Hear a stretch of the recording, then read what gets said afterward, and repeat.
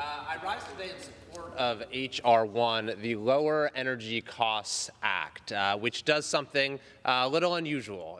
For a piece of legislation, it actually does what it says it's going to do. The Lower Energy Costs Act.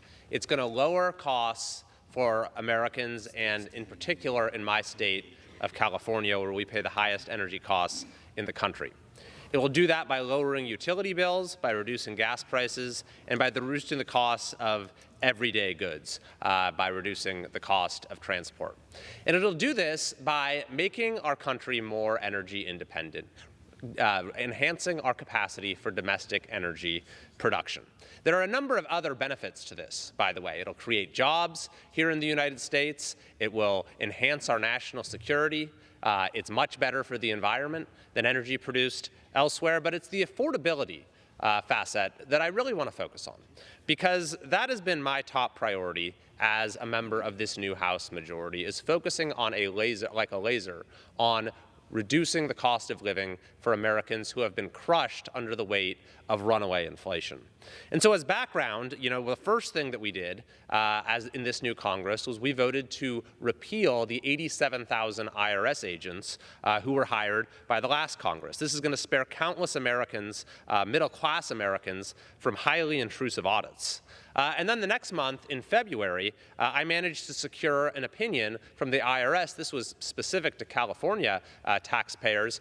This reversed a guidance given by the California tax authority saying that you needed to pay taxes on those tax refunds that you got in the mail last year or early this year. We managed to secure an opinion from the IRS saying you don't have to pay taxes on that, saving Californians several $100s with that step alone. But it's H.R. 1, this bill, the Lower Energy Costs Act, that is the most important step yet to lower the cost of living for people in California and across the country. And here's exactly how the bill does this. Number one, it's going to reduce your utility bills by repealing $6.4 billion in taxes on natural gas. This was part of the Biden administration's energy program last year, which of course caused gas prices to go over $7 a gallon in many places, but also part of that was a major tax that was placed on natural gas. The nonpartisan Congressional Budget Office has found that this tax is ultimately paid for by Americans through higher home heating costs and utility bills. H.R. 1 repeals this tax, and consumers will pocket those savings through lower utility bills.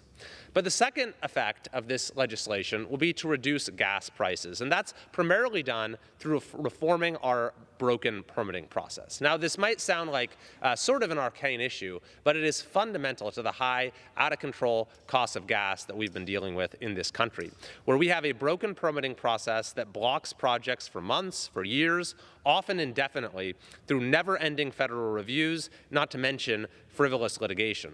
So this bill will streamline the permitting and review process by capping reviews at 1 year for environmental assessments and 2 years for environmental impact statements. More than enough time.